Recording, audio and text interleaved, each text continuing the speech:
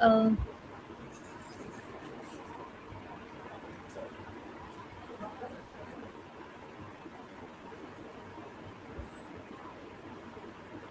Shikam, you are visible. You're audible also. okay, I'm audible now. I did not test it. Yeah. Clear? Yeah. Hello. And just Thank call you. the speaker.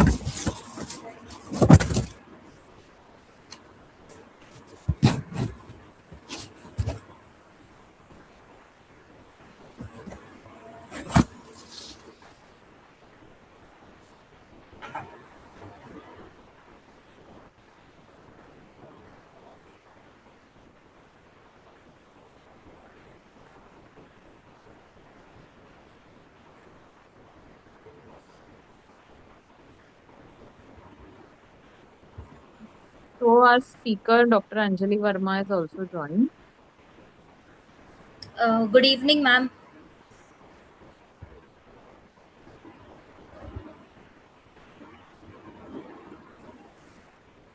I'll request technical support to kindly make Dr. Anjali Verma ma'am also co-host. Ashika, there is some background noise which is coming from your end. Could you Uh, see? Wait, let me mute myself. Yeah. You can stop the video also for 2 minutes if you want.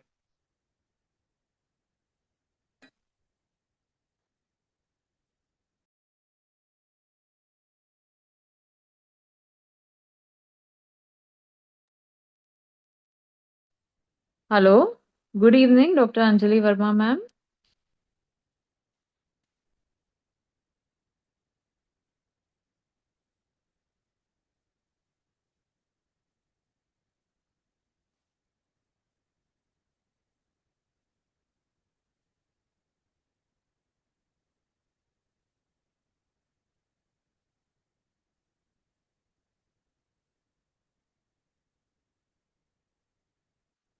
Hello, Dr. Anjali Verma ma'am.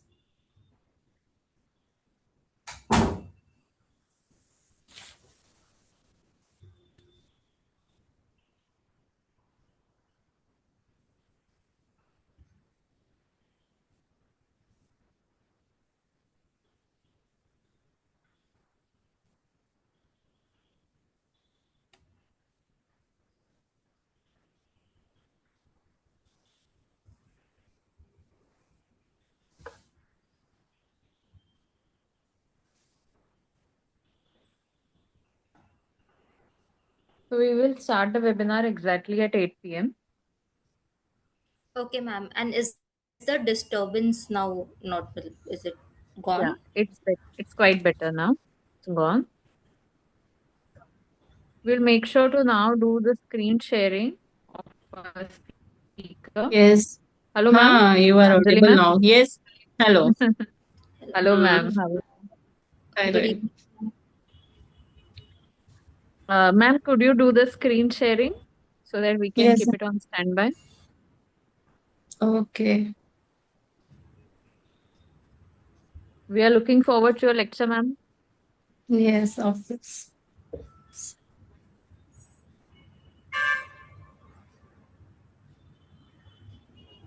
Also, I would like to tell everyone that this is this is the last lecture or the last webinar before Sushruti. And after that, Mhm. we will be meeting you all at Sushruti. So I hope everyone has done their registrations because this time Sushruti is going to be something which is very different than how we had done before this. Yes. Screen is clearly visible, ma'am. And Okay. yeah, we will just keep it on standby. We'll wait for 3 minutes. At 8 p.m. sharp, we will start. Okay.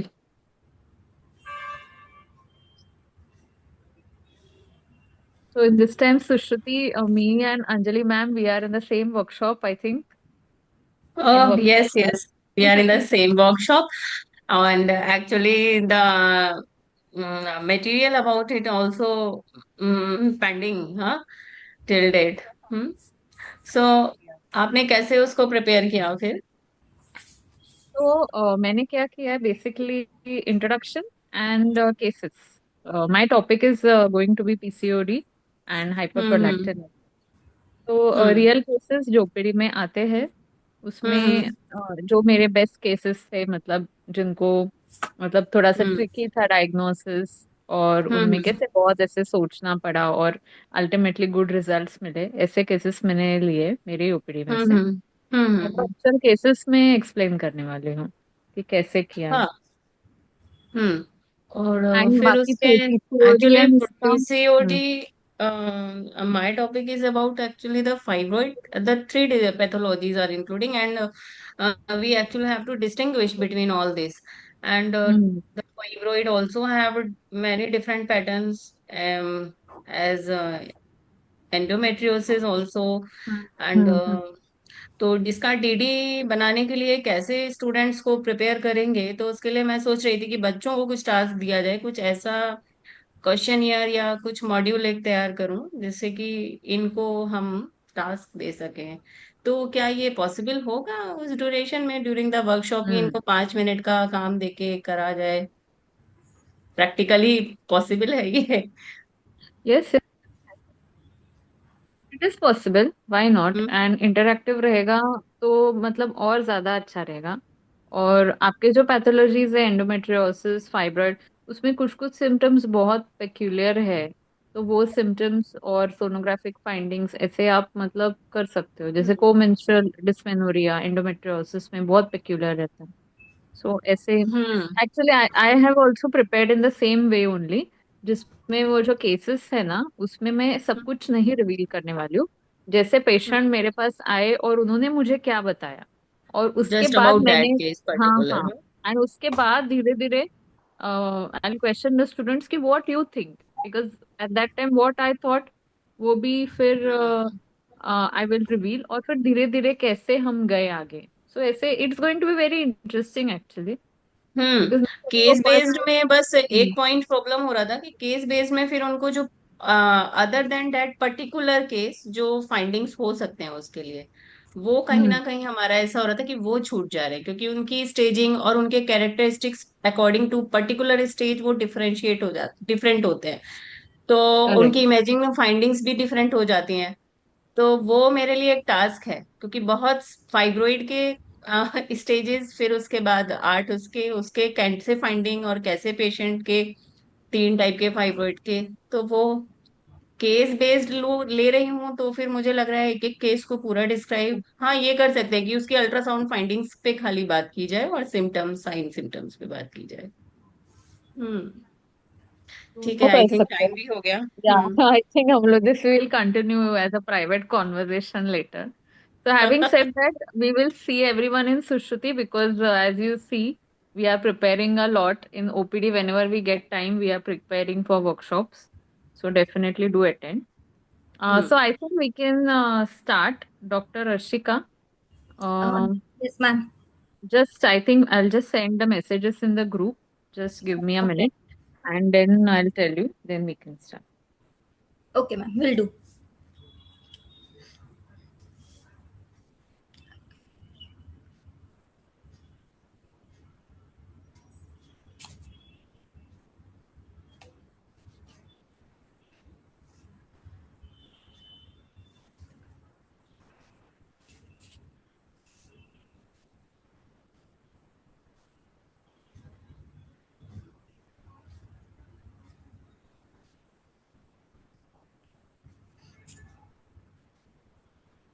Dr. Ashika, kindly start. Okay, ma'am. Now I'd like to begin the lecture. Hello, I'll start now. My voice is clear now. A very warm welcome to all the respected doctors joining us today for the webinar number 92 organized by NEMA OBGYN Society Central. We have a very exciting and clinically relevant topic today: insulin resistance, bridging metabolic syndrome, and female reproductive health. Our speaker for today's topic, Dr. Anjali Verma, is an accomplished educator and a clinician with vast experience in this topic. I, Dr. Ashika Prajapati, will be your coordinator today.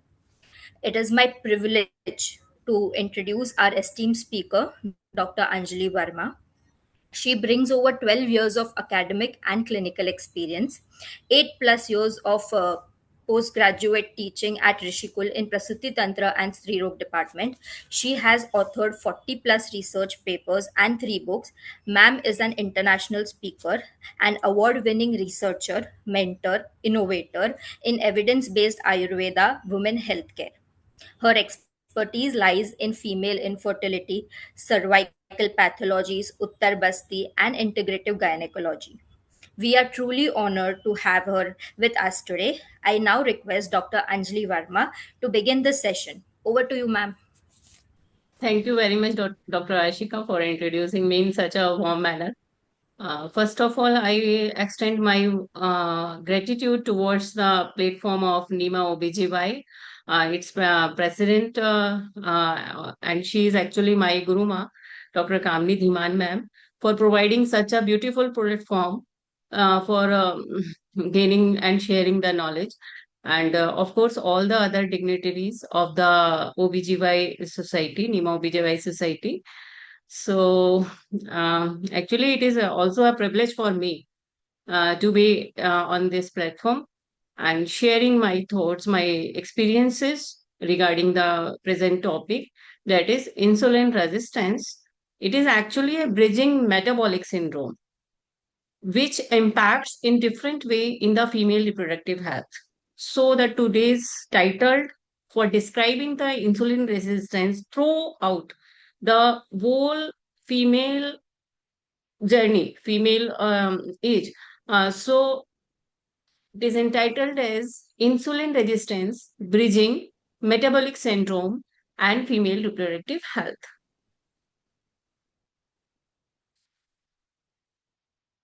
So it is stuck.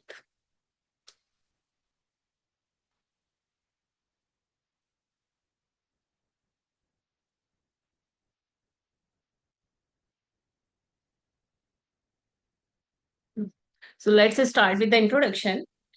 First of all, what is insulin resistance? In general, अगर हम समझें तो insulin resistance it actually the reduced cellular response towards the insulin.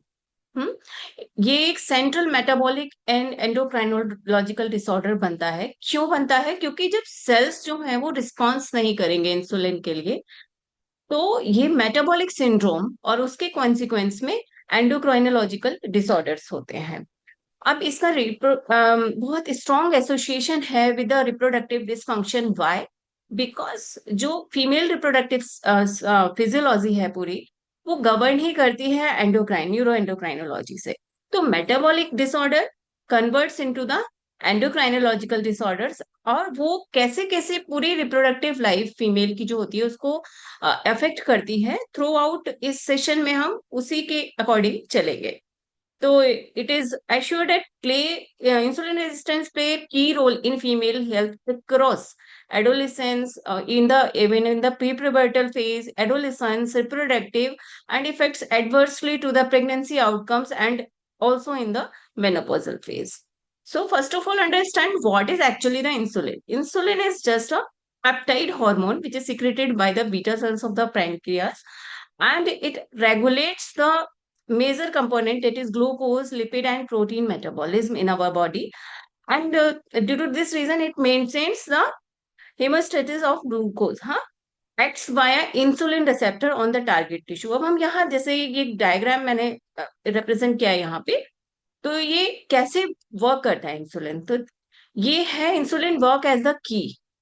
ये चाबी है, ये door है, ये एक सेल है और इसमें एक डोर है जो कि अभी क्लोज है। It is glucose channel.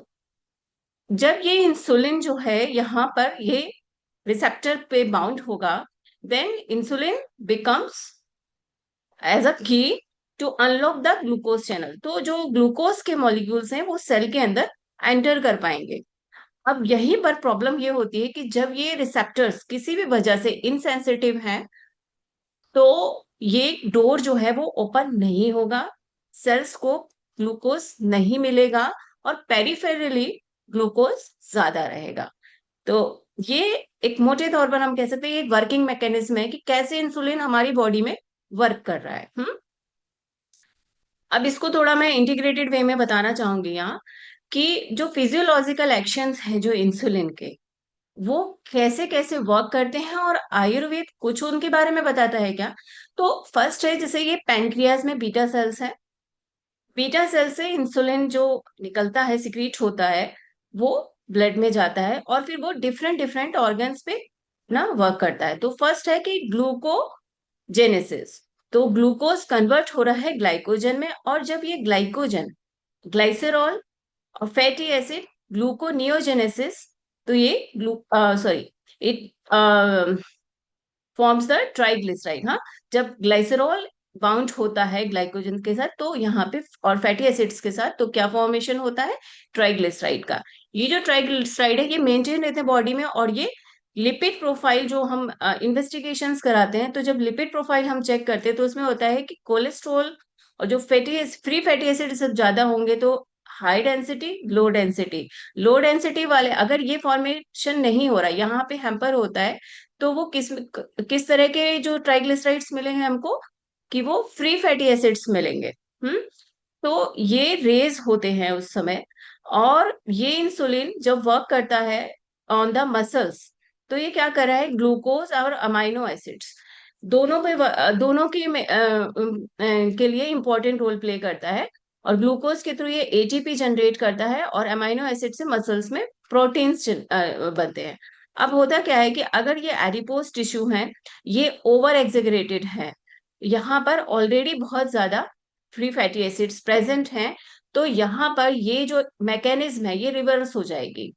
अब ग्लूकोज पेरिफेरल में ज्यादा होगा, तो ये जो ग्लाइकोजेनेसिस हो रही थी वो ना होके ग्लूकोजिनोलाइसिस होगा। तो ग्लूकोज पेरिफेरी में, मतलब ग्लाइकोजन में के फॉर्म में स्टोर नहीं होगा ग्लूकोज, अब वो पेरिफेरल में ज्यादा होगा। तो इंसुलिन रेजिस्टेंस क्या है, कि आयुर्वेद में ऐसा बोला गया, मेधसा आवृत मार्गात वायु कोष्ठे विशेषता। मीन्स जब कोष्ठ में मेद ज्यादा हो और वो मार्गों को आवृत कर देता है। चरण संशुद्ध्यात अग्निम आहारम, तो जो अग्नि है वो बहुत तीव्र है उस समय, वो आहार को तुरंत पचा देती है। तस्मात शीघ्रम जराय आहारम चा अति आकांक्षित, तो उसको हमेशा हंगर फील होता है। अब इसको थोड़ा समझेंगे यहाँ पे, कि जैसे आप किसी भी तरह का फूड इनटेक है, ज्यादातर हम कफ प्रधान आहार जो ले रहे हैं, तो उसकी वजह से क्या हुआ कि यहाँ पे पैनक्रियास ज्यादा इंसुलिन सिक्रीट कर रहा है, क्योंकि ग्लूकोज पेरिफेरल में प्रेजेंट है, तो सिग्नल जा रहा है कि इंसुलिन और ज्यादा चाहिए।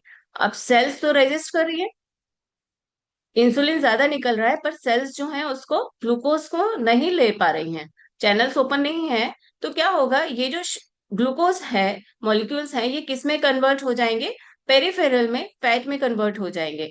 अब यहाँ क्या हुआ कि सेल्स को जब थ्राइव है अभी ग्लूकोज की, तो ब्रेन को सिग्नल जा रहा है कि अभी ग्लूकोज चाहिए, तो इसलिए उसको क्या फील होता है, जो आकांक्षा बताया है फूड के लिए, बहुत हंगर फील होता है और उसको वायु की कोष्ठ में प्रबुद्धता रहती है।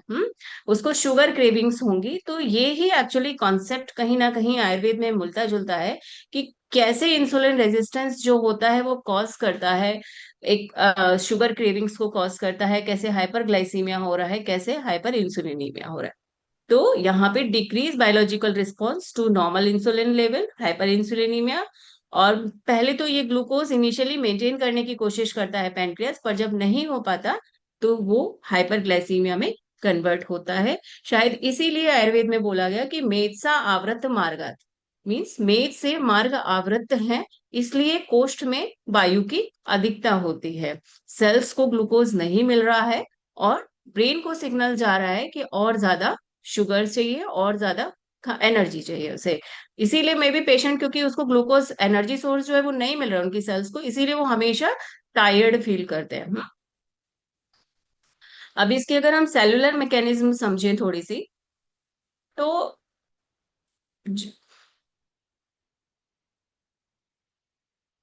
इंटरनल जो इंटर ऑर्गन कम्युनिकेशन है, मीन्स जो इंसुलिन रेजिस्टेंस है वो सिर्फ एक ऑर्गन को इफेक्ट नहीं कर रहा है, कई सारे ऑर्गन्स उसमें इन्वॉल्व हो रहे हैं। तो ऑर्गन्स की जो आपस में एक दूसरे से सेलुलर टॉक है, वो कैसे अल्टरेट होती है due to that insulin resistance, उसको थोड़ा समझते हैं। फर्स्ट ऑफ ऑल, जो लिपिड ओवरलोड हुआ, ओवर न्यूट्रिशन हुआ, मतलब हम जो निदान कहें इसको, कि हम जो आयुर्वेद में बताया, जब हम प्रमेह को सोचते हैं तो उसमें है आस्ते सुखम स्वप्न सुखम, और बहुत ऐसे कफ वाले आहार विहार अभिसंधि बताए हैं। तो इस तरह के जो इनटेक हम ले रहे हैं, तो उससे क्या हुआ, डाइटरी फैट जो है वो गट ने एब्जॉर्ब तो किया, पर वहां पर अभी जो है ए ग्लेसरॉल, मीन्स यहाँ पे ग्लिसरॉल से बाइंड नहीं है वो ट्राइस जो बने, ठीक है। तो ये साइक्लोमाइक्रोन में कन्वर्ट होता है। ये एक ऐसी यूनिट है जो TAG CM है, ये गट में पाया जाता है। तो गट में इसका फैट का एब्जॉर्प्शन उस तरह अल्टरेट हुआ अभी, फर्स्ट थिंग।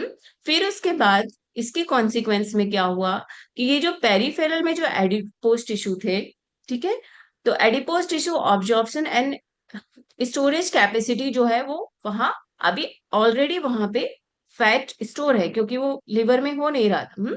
तो यहां से ये जो एक्सेस TAG जो है वो एंटर करेगा कहाँ पे, ब्लड स्ट्रीम में, ब्लड वेसल्स में। तो यहाँ पर एक आयुर्वेद में श्लोक आता है ऐसा, ये श्लोक जो है वो प्रमेह चैप्टर का है, सॉरी, ये निदान स्थान का चैप्टर, निदान जो 4 है प्रमेह, वहां का श्लोक है ये।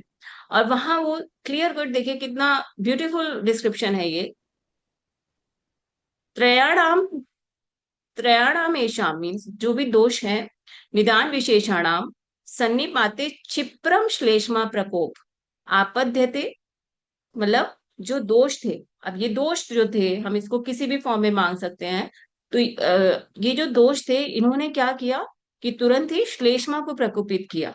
क्यों? क्योंकि वो साधर्मता रख रहे हैं, जो निदानिक फैक्टर हैं जो दोष प्रकोपित हुए हैं, वो और जो श्लेष्मा है वो एक दूसरे के आइडेंटिकल है। डेट्स वाई वो उसको एग्जीक्यूट करेंगे, ठीक। प्राग भक्ति भूयस्वाम सा प्रोकुपिता चिप्रमेव शरीरम विसृप्ति लभेत, यहाँ पर ये चेंज हुआ इसका फॉर्म, और ये श्लेष्मा का ही फॉर्म, जिसको हम अगर लिपिड को थोड़ा समझे, एडिपोज टिश्यू, क्योंकि वो साधर्मता रखता है उससे, और ये विसर्पित, ओके। यहाँ से ये अब इसका जो अभी ये जो इटियोलॉजी यहाँ पर थी वो कहाँ सर्कुलेट हो गई, through the blood stream over the whole body, okay.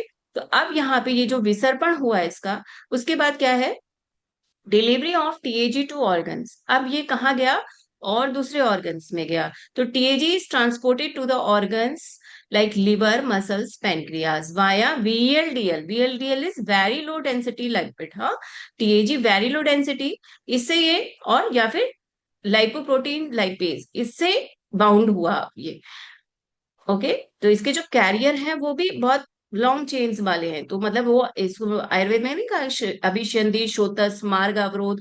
तो ये क्या करेगा, मेदश्च बहुअबद्धम धात्वान मेदशास गुणा, मीन्स इसके जो गुण हैं वो क्योंकि मेद के सिमिलर हैं, समान गुण भूयिष्ठात् सा मेद सा मिश्री भवन, ओके, मिश्री भवन, अभी शुद्ध नहीं हो रहा, ये मिक्सचर हो गया, ओके। दुष्यंत विकृतवाद, तो यहाँ से विकृति उत्पन्न होना शुरू होती है। तो यहां से ये नंबर 4 और नंबर 5 से increase circulating lipids, higher level of non esterified fatty acids. अब ये ईस्ट्रीफाइड नहीं है, इनकी लॉन्ग चेन्स होती है, और या फिर TAG ट्राई ए साइक्लोग्लाइसरॉल, ओके। तो ये बहुअबद्ध मेदो मांसम का एक कॉन्सेप्ट आता है। तो ये बहुअबद्ध मेदो मांसम वही है कि अबद्ध है, ग्लाइसरॉल से बाउंड नहीं है, अधिक है, एक्सेसिव इन द अमाउंट है, ओवरलोड है उसका। अब ये कैसे कैसे इसके क्लिनिकल रिप्रेजेंटेशन आएंगे due to the different organs में, जैसे ये सर्कुलेट होगा, एक्युमुलेशन होगा इसका। अब क्या होता है, साविकृतौ तुष्टे मेत्सो उपहता शरीर क्लेद मासाभ्याम संसर्ग गच्छति।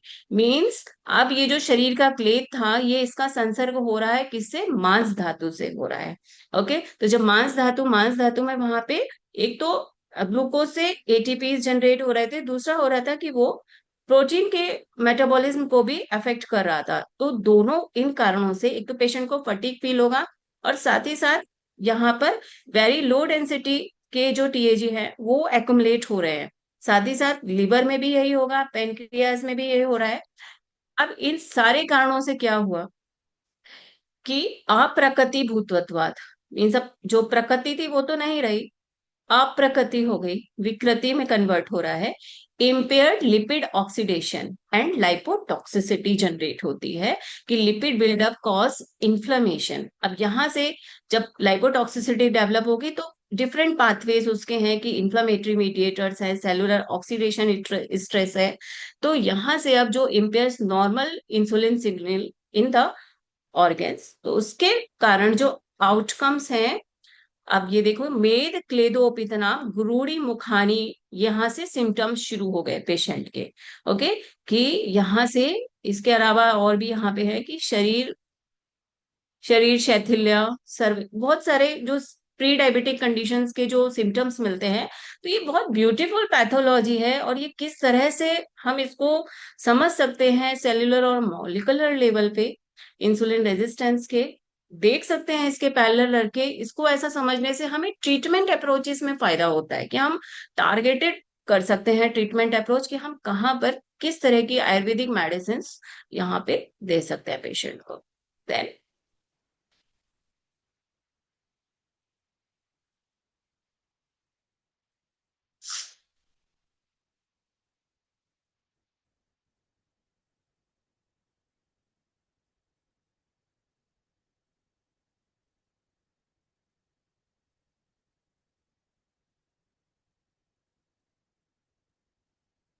Then pathogenesis of insulin resistance occurs by, इसको अगर हम और छोटा करके देखें तो रिसेप्टर डिफेक्ट्स हो सकते हैं, पोस्ट सिग्नलिंग रिसेप्टर डिफेक्ट्स जो होते हैं वो हो सकते हैं, फ्री फैटी एसिड्स बढ़ गए हैं, क्रोनिक इन्फ्लेमेशन हो रहा है, और क्या हो, इसके अलावा जेनेटिक प्रीडिस्पोजिशन हो, अगर पेशेंट ऑलरेडी ससेप्टेबल हो, जिसमें फैमिली हिस्ट्री हो, तो वहां पे भी ये कारण हो सकते हैं।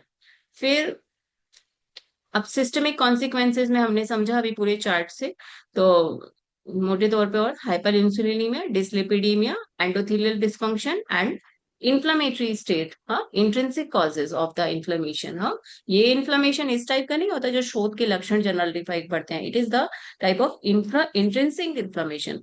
सो अब कैसे आया जो है इंसुलिन रेजिस्टेंस जो है, कैसे मेटाबॉलिज्म में और मेटाबॉलिक सिंड्रोम में, और फिर फीमेल हेल्थ कैसे उससे एडजॉइन है, और उसको हम इंटीग्रेटेड अप्रोच से कैसे समझ सकते हैं।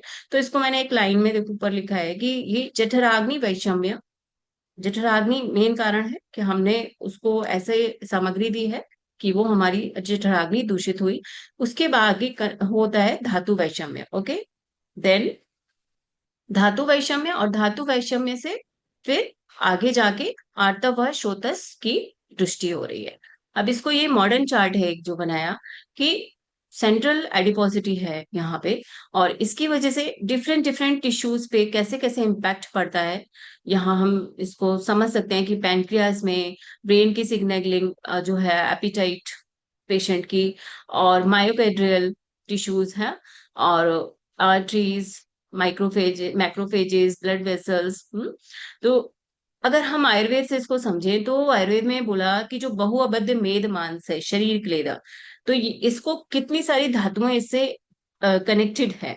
तो ये नहीं लगता मेटाबॉलिक सिंड्रोम की ओर इंडिकेशन है कि किस तरह से जो बहु और अबद्ध मेद होता है वो कैसे कैसे किस किस धातु को कैसे कैसे इफेक्ट कर रहा है। अगर हम इसको धात्वाग्नि लेवल से समझे कि जो रस रक्त मांस, अब एक्चुअली क्या है देखिए कि जो हम फीमेल हेल्थ की जब बात करते हैं तो यहाँ पे अगर हम सोचे रस आग्नि, पहले जठराग्नि वर्क करेगी, ये जठराग्नि ऐसे, जठराग्नि फिर जठराग्नि का फंक्शन होगा रस आग्नि पे। अब आयुर्वेद मानता है कि आर्तव जो है वो किसकी उपधातु है, रस की भी है, और चरक आचार्य बताते हैं रक्त की भी है। कहने का मतलब ये हुआ कि अगर किसी भी लेवल पे अगर धात्वाग्नि डिफेक्ट होगा तो उसकी उपधातु डिफेक्ट भी होना तय है। हाँ, और उपधातु का डिफेक्ट होगा तो उसकी वजह से क्या होगा कि फर्दर जो धातु है बनेगी वो भी कॉम्प्रोमाइज्ड बनेगी। इसीलिए हम कहीं ना कहीं देखते हैं, जैसे देखो रक्त की, रक्त धातु है, ओके, अगर आर्तव को रक्त की उपधातु मानते हैं तो रक्त दूषित हुआ, आर्तव तो आर्तव दूषित होगा। उसके बाद जो मांस धातु है वो भी ठीक नहीं बनेगी, वो उसका मांद्य होगा। यहाँ मैंने लिखा है ना, धात्वाग्नि higher biochemical process take place beyond the absorption of the digestion food, responsible for the proper function and development of particular tissues, and hypofunction cause increase in respective dhatu while hyperfunction cause loss of same धातु। तो उत्तरोत्तर धातु जो है मेदो अग्नि, अस्थि अग्नि, इसीलिए कॉन्सिक्वेंस जहां पीसीओडी के सिम्टम बहुत ज्यादा एग्रीवेट हो जाते हैं, तो इस लेवल तक जहां दृष्टि हो जाती है कि अस्थि अग्नि भी दूषित है, तो वहां पर हम देखते हैं ना, इसका मल ज्यादा बनेगा, मल ज्यादा बनेगा, और अस्थि का मल है केश, तो हम देखते हैं पेशेंट में हेरोसिटिस भी मिलता है। तो कहीं ना कहीं ये जो मेटाबॉलिक सिंड्रोम की बात हम लोग करते हैं और उसका फीमेल हेल्थ से कनेक्शन जो है, वो आयुर्वेद में भी रिप्रेजेंटेशन उसका मिलता है बहुत अच्छे से, और हम उसको ऐसे समझ सकते हैं। अब इंसुलिन रेजिस्टेंस मेंस्ट्रुएशन को कैसे इफेक्ट करता है और आयुर्वेद में उसके बारे में कुछ बताया गया। तो ये एक श्लोक है सुश्रुत का कि रज प्रसेकान नाड़ी नाम मानसी मानसी विशुद्ध्यति सर्व शरीर दोषाश्च ना प्रमहंत्या स्त्रिया। इसका मतलब ये है कि जो आयुर्वेद में कहा गया कि मेंस्ट्रुएशन जो है वो एक साइक्लिक प्रोसेस है, और इसमें जैसे मेंस्ट्रुएशन होता है तो इसकी वजह से जो दोष होते हैं उनका भी एलिमिनेशन हो जाता है, जिसकी वजह से प्रमेह के लिए ससेप्टिबिलिटी रिड्यूस हो जाती है। तो इसको हम, इसका एक दूसरा मतलब भी समझ सकते हैं कि अगर डिस्ट्रप्शन होता है इस रिदम में तो वो patient more susceptible for the diabetes और प्री डायबिटिक कंडीशंस। हम तो रेगुलर रजस्राव अगर है तो दोष क्लेद का एलिमिनेशन होगा, अग्नि बैलेंस्ड रहेगी, मेद मेटाबॉलिज्म बैलेंस रहेगा, तो रिड्यूस हो जाएगी उसकी susceptibility for the development of प्रमेह। और एक्चुअली प्रमेह insulin resistance these are the हमें पता है कि ये एक दूसरे से लिंक्ड है। तो डिस्टर्ब रज है अगर, तो साइक्लिक प्यूरिफिकेशन जो हो रहा था वो नहीं हो पाएगा प्रॉपर, और उसकी वजह से कफ मेद की वृद्धि और इंसुलिन रेजिस्टेंस डेवलप होने के चांसेस बढ़ जाते हैं। इसको हम एक और कॉन्सेप्ट से समझ सकते हैं, वो है कि कफ आवृत अपान। ओके, कफ से आवृत अपान है। अब कफ क्योंकि साधर्म्य है उसका, कफ का मेद से और क्लेद से, तो इसलिए वो मेद और क्लेद को तुरंत दूषित करता है, तो इंक्रीज द ससेप्टिबिलिटी फॉर प्रमेय। तो हम इतना समझ सकते हैं कि ये जो श्लोक दिए गए हैं तो ये रिप्रेजेंट करते हैं कि जो फीमेल हार्मोन है और उन इंसुलिन रेजिस्टेंस जो है उसका आपस में एक स्ट्रॉन्ग एसोसिएशन है।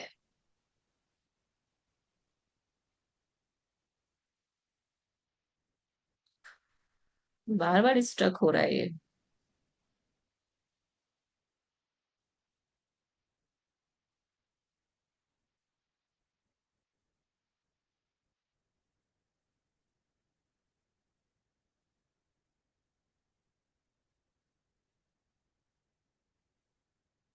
Then effect of insulin resistance in different phases, इसको हम ऐसे ही देखेंगे। हमने समझ लिया कि क्या एसोसिएशन है आईआर का मेंस्ट्रुएशन से, फीमेल रिप्रोडक्टिव हेल्थ से।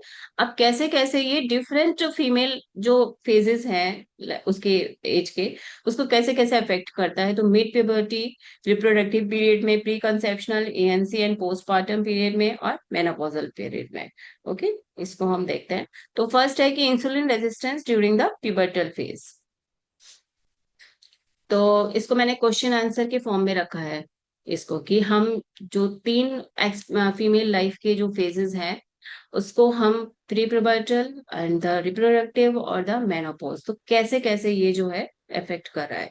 तो क्वेश्चन है कि why IR risk increase during pre pubertal phase, क्यों इंक्रीज हो जाती है रिस्क प्री प्यूबर्टल फेज में। एक्चुअली इसको एक मोटे तौर पर अगर हम समझे तो ऐसे समझ सकते हैं कि जो भी ट्रांसफॉर्मेटिव फेज है फीमेल रिप्रोडक्टिव हेल्थ की, तो ड्यूरिंग दैट फेजेस इंसुलिन के लिए ससेप्टेबिलिटी इंक्रीज हो जाएगी। क्यों हो जाती है? क्योंकि फैट जो है इरेगुलर, जो फैट का डिपोजिशन है वो प्राइमरी सोर्स हो जाता है एबनॉर्मल स्टेरॉइडोजेनेसिस का, और उसकी वजह से उसकी पूरी एचपीओ एक्सेस जो है वो डिस्टर्ब होती है, और इसलिए जो है अलग अलग टाइप की कॉम्प्लिकेशंस आते हैं। तो इसको ऐसे समझते हैं, पिबर्टल फेज जैसे है, तो पिबर्टी जो है एक वो ग्रोथ फेज है, ग्रोथ हार्मोन सिक्रीशन हो रहा है यहाँ पे, ज्यादा होता है, और आईजीएफ एक्टिविटी रैपिड ग्रोथ जो होगी तो इंक्रीज होगी क्या, एनर्जी की डिमांड उसमें। ओके, तो टेम्परेरी एडिपोसिटी होती है, फैट का रीडिस्ट्रीब्यूशन हो रहा होता है कि फिनोटिपिकली फीमेल की वहां पे कहाँ कहाँ पे फैट होना है एज अ फीमेल, तो वो चेंज हो रहा होता है डिस्ट्रीब्यूशन उसका। तो इसलिए पेरिफेरल ग्लूकोज अपटेक जो होता है वो अभी कम हो जा रहा है, तो फिजियोलॉजिकल पिबर्टल इंसुलिन रेजिस्टेंस होता है। हाँ, यहाँ पे फिजियोलॉजिकल रेंज में है ये, और इसकी कंपनसेटरी मैकेनिज्म की वजह से फिजियोलॉजिकली हाइपर इंसुलिनीमिया पेशेंट में या एडोलेसेंस सॉरी प्यूबर्टल फेज में मिल सकता है। ठीक है, तो ये क्या करता है, हाइपर इंसुलिनीमिया मेंटेन जो ग्लूकोज सप्लाई है जो ग्रोइंग टिश्यूज हैं उनके लिए, ब्रेन के लिए और प्यूबर्टी के लिए, उसको मेंटेन करता है, और लेट जो एडोलेसेंस फेज है उसमें वो नॉर्मलाइज हो जाता है। इस कॉन्सेप्ट को, इस पूरे चैनल को अगर हम समझना चाहें, ये जो बीच वाला चैनल है इसको अगर हम समझना चाहें, तो हम इसको, आयुर्वेद का एक कॉन्सेप्ट है कि कैसे जो है प्यूबर्टी आती है। तो इसमें काश्यप, आचार्य काश्यप बोलते हैं कि हीन्य नास्तु बालाय कायम गच्छति शोणितम, अतः पूर्ण स्वभावाय कायम योनि गच्छति, मतलब मीन्स वही शोणित है, पहले वो काय में रहता है, और जब वो पूर्णता स्वभाव हो जाता है, उसकी सारी धातुएं परिपूर्ण हो जाती है, धातु परिपूर्णता की स्थिति आ जाती है, तब वो योनि में आता है। मीन द सेम, जो जो रक्त है, या हम कहें कि जो हॉर्मोन्स हैं, एंडोक्राइनल हॉर्मोन्स जो है वो प्रेजेंट तो है और they are circulating, but endometrial proliferation not triggered before the prepubertal phase. But when जब सारे टिश्यूज को मिल गया, उसके बाद यहाँ की बारी आती है। ओके, तो ये कॉन्सेप्ट भेल ने भी कहा कि परिपूर्ण धातु शरीर जब हो जाएंगे, उसके बाद में जो है मान से वो जो है आर्तव का निष्क्रमण होना शुरू होता है। तो यही कॉन्सेप्ट एक्चुअली यहाँ भी है कि जो रैपिड ग्रोथ हो रही है उसके लिए कंपनसेटरी मैकेनिज्म के थ्रू पेनक्रियाज जो है एक्सेस इंसुलिन निकालता है ड्यूरिंग द प्यूबर्टल फेज, पर वो जो है लेट एडोलेसेंस फेज में स्टेबलाइज हो जाती है। ओके, फॉर द धातु परिपूर्णता, हम तो मेटाबॉलिक जो रीडिस्ट्रीब्यूशन है उसको मेंटेन करने के लिए। अब अगर ये नहीं हो पाता तो एनर्जी डायरेक्टेड टुवर्ड्स, यहाँ पे भी जो है वो उसकी टिश्यू हाइट डेवलपमेंट के लिए, पर जब ये नहीं हो जाएगा, नहीं हो पाएगा, तो क्या होंगे, कॉम्प्लिकेशन होंगे। हाँ, या फिर इसको इसी फेज में जो है अभी ऐसे फैक्टर्स मिल गए जो कि जो है obesity, sedentary life style, poor sleep या जेनेटिक प्रीडिस्पोजिशन है, तो इसने इसको एग्जीग्रेट कर दिया और कन्वर्ट हो गया ये इंसुलिन रेजिस्टेंस में, तो परसिस्ट कर रहा है वो हाइपर इंसुलिनीमिया, और कन्वर्ट होता है फिर वो पीसीओएस, मेटाबॉलिक सिंड्रोम और प्री डायबिटिक फॉर्म्स में। तो कैसे अफेक्ट कर रहा है, तो ये हमने समझा कि धातु परिपूर्णता मतलब है कि आर्तव ट्रांजिशन अगर ये कंप्लीट नहीं हो रहा, तो कफ आवृत अपान है, तो आर्तव दृष्टि, बीज दृष्टि और फ्यूचर प्रमेय होने के पूरे चांसेस हैं। ये इसका डायग्रामेटिक रिप्रेजेंटेशन है कि एक्सेस न्यूट्रिशन इनएक्टिविटी और जेनेटिक्स, कफ मेद वृद्धि, आवरण ऑफ अपानवात, तो आर्तव निर्माण और रस रक्त टू आर्तव ट्रांसफॉर्मेशन डिस्टर्ब होगा, तो आर्तव दृष्टि होगी। ओके, ये एक इंटीग्रेटेड अप्रोच है। इस हैंड पे मैंने आयुर्वेद को बताया, और यहाँ पर जो मॉडर्न कॉन्सेप्ट है कि परसिस्ट कर रहा है insulin resistance beyond the adolescence phase जो था, तो हाइपर इंसुलिनिमिया और ओवेरियन एंड्रोजन एक्सेस। अब insulin resistance during the reproductive phase. तो क्वेश्चन ये है इसमें कि इंसुलिन रेजिस्टेंस कैसे जो है वो एक कोर मेटाबॉलिक डिस्टरप्टर बनता है across the female reproductive continuum. Continuum means ये कॉन्टिन्यूअम की oocyte डेवलपमेंट, ओवल्यूशन से इम्ब्रियो इम्प्लांटेशन, एंड देन अगर इम्ब्रियो इम्प्लांट भी हो गया तो अर्ली और मिडिल प्रेगनेंसी लॉस।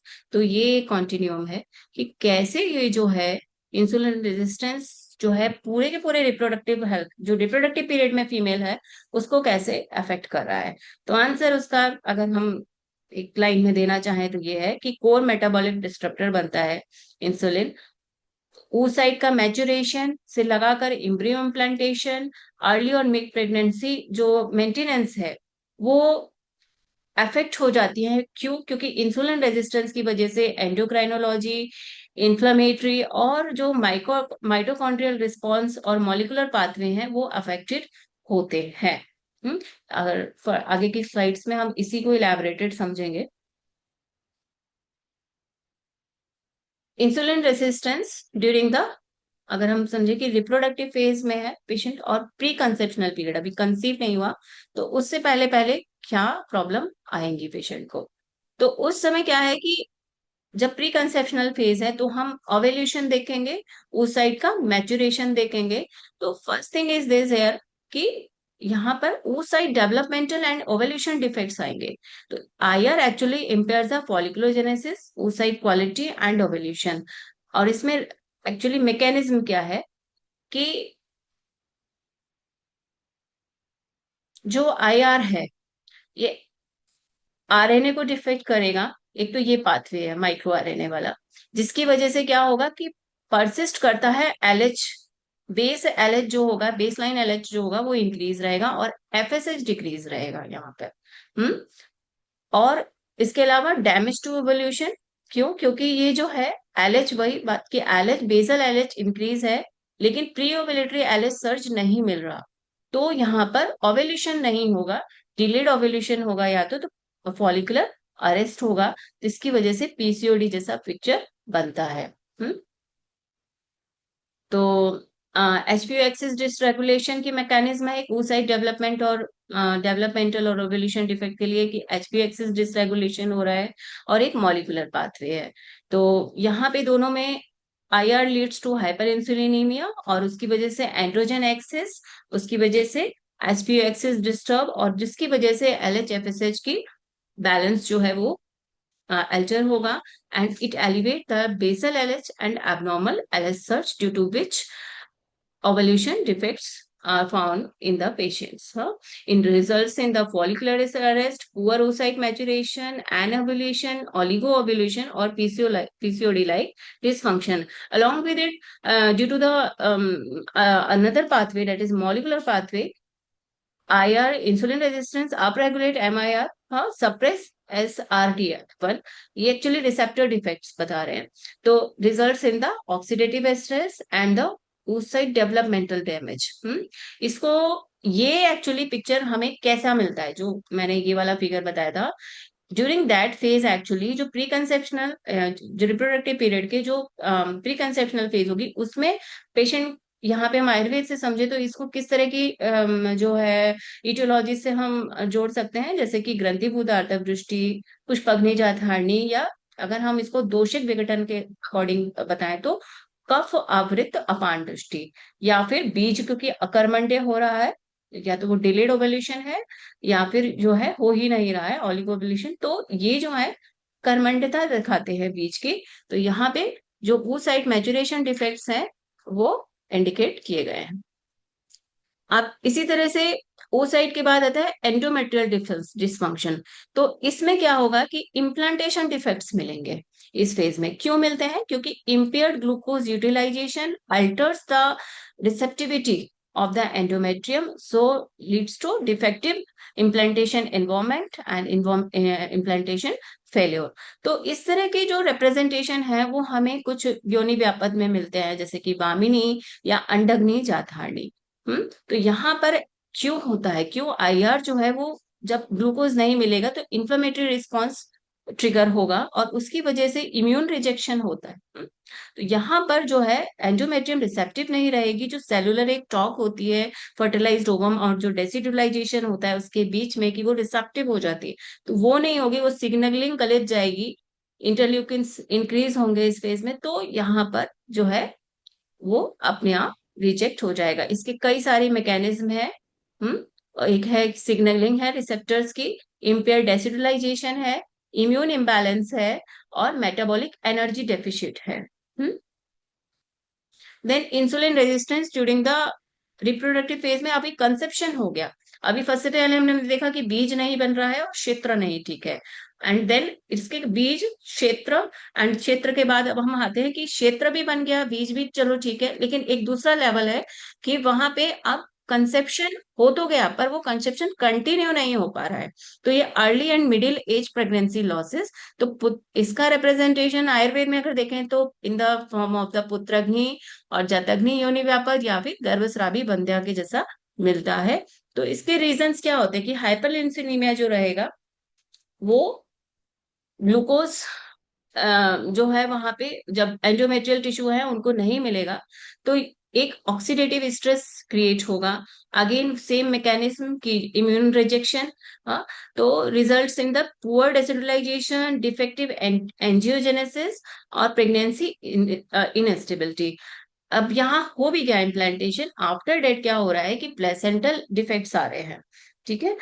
तो mitochondrial dysfunction, ROS accumulation, impaired trophoblast differentiation results in placental insufficiency, miscarriage risk increases, and mid pregnancy losses cases increases.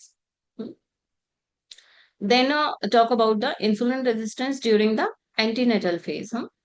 तो during antenatal phase अभी हमने देखा एक जो विचर साइकिल जो हमने पूरा कवर किया, कि सबसे पहले हमने oocyte, then the implantation, and implantation हो गया, उसके बाद भी अर्ली स्टेज जो अबॉर्शन है या मिडिल एज अबॉर्शन है उनके बारे में बात की। अब वो भी हो गया। अब थ्रू आउट डेट कैसे इम्पैक्ट डाल रहा है कि pathological insulin resistance occurs in the pregnancy, तो failure of pancreatic compensation leads to hyper glycaemia.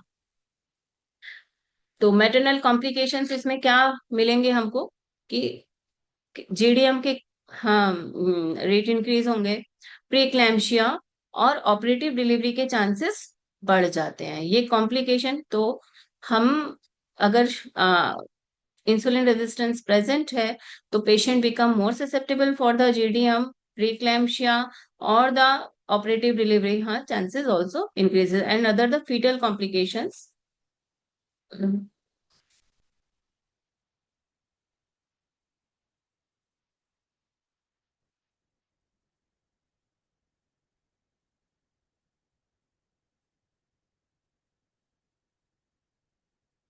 Fetal complication in the form of macrosemia, neonatal hypoglycemia, long-term metabolic risk, and the placental dysfunctions due to the insulin resistance occurs in the form of altered nutritional transport, oxidative stress, and the abnormal placental developmental pathologies.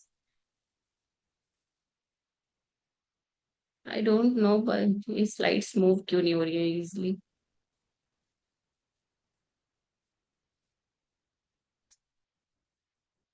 Then in the postpartum period, postpartum after the delivery, इसमें अगर ये persist रह रहा है insulin resistance तो type 2 diabetes mellitus होने के chances, metabolic syndrome and the recurrence of the PCOS symptoms, and the in the fetal outcomes can be in the form of obesity, insulin resistance, and early metabolic syndrome. Then let's talk about the insulin resistance during the menopausal period, हाँ, कि insulin resistance अभी हमने देख लिया दो phases में, कि reproductive phase में भी और प्री प्यूबर्टल फेज में। अभी मेनोपॉजल फेज में अगेन यही हो रहा है कि यहाँ पर जो इस्ट्रोजन था वो डिफिशियंसी होगी वहां की। अभी अगेन जो एडिपोज टिश्यू है उनका फिर से रिडिस्ट्रीब्यूशन होगा। वो रिवर्ट हो रहा है अभी जो उधर शुरू हुआ था। तो मेनोपॉजल पीरियड में भी इंसुलिन रेजिस्टेंस की ससेप्टेबिलिटी बढ़ जाती है।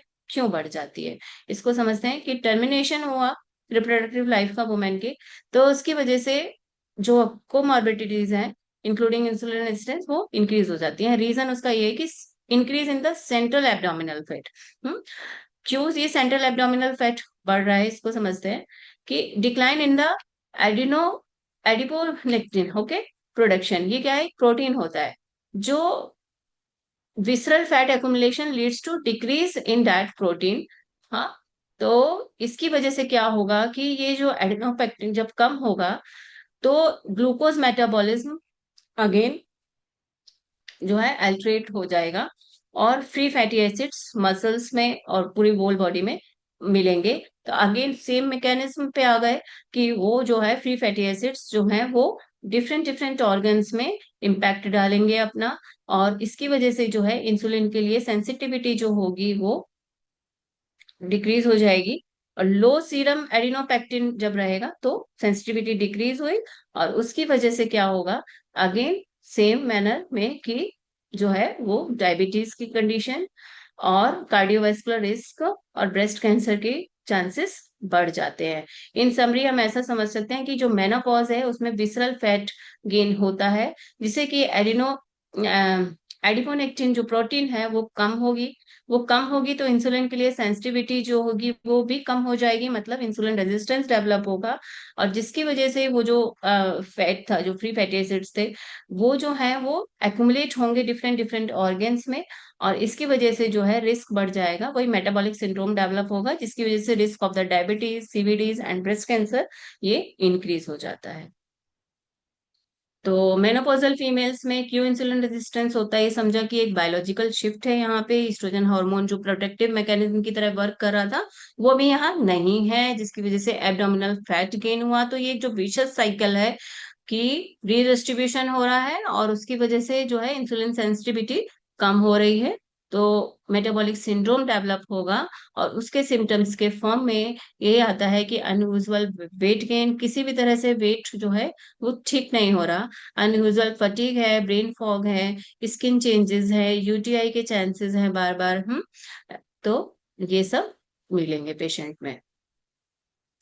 तो इन सबको अगर कंक्लूड करके हम समझें तो इंसुलिन रेजिस्टेंस को हम समझ सकते हैं hyperinsulinaemia, hyperandrogenism plus inflammation plus oxidative stress plus mitochondrial dysfunction, क्योंकि एटीपी भी जो थे ना वो भी नहीं जनरेट होंगे अभी ज्यादा, क्योंकि मसल्स में ग्लूकोज अपटेक जो मैकेनिज्म है वो हैम्पर हो जाएगी।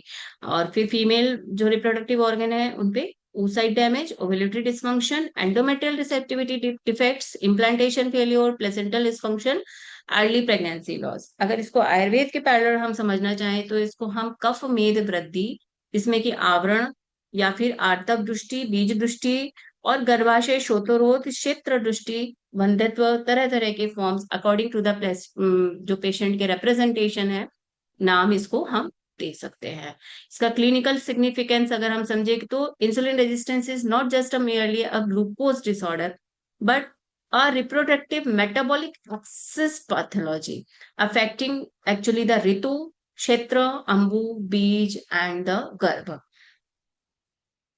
अब हम इसकी क्लिनिकल डायग्नोसिस कैसे बनाते हैं, तो डायग्नोसिस के लिए जो स्टेप्स हैं, सबसे पहला कि हम पेशेंट का इवेल्युएशन क्लिनिकल करेंगे। उसमें पेशेंट को हमने देखा कि सेंट्रल ओबेसिटी है, उसकी वेस्ट सरकमफ्रेंस, ये एकेंथोसिस, पीसीओडी, और उसकी अगर फैमिली हिस्ट्री है तो हम मान के चलेंगे कि उसमें चांसेस है इंसुलिन रेजिस्टेंस के इन the form of metabolic syndrome, PCOD, और फ्यूचर उसको रिस्क है।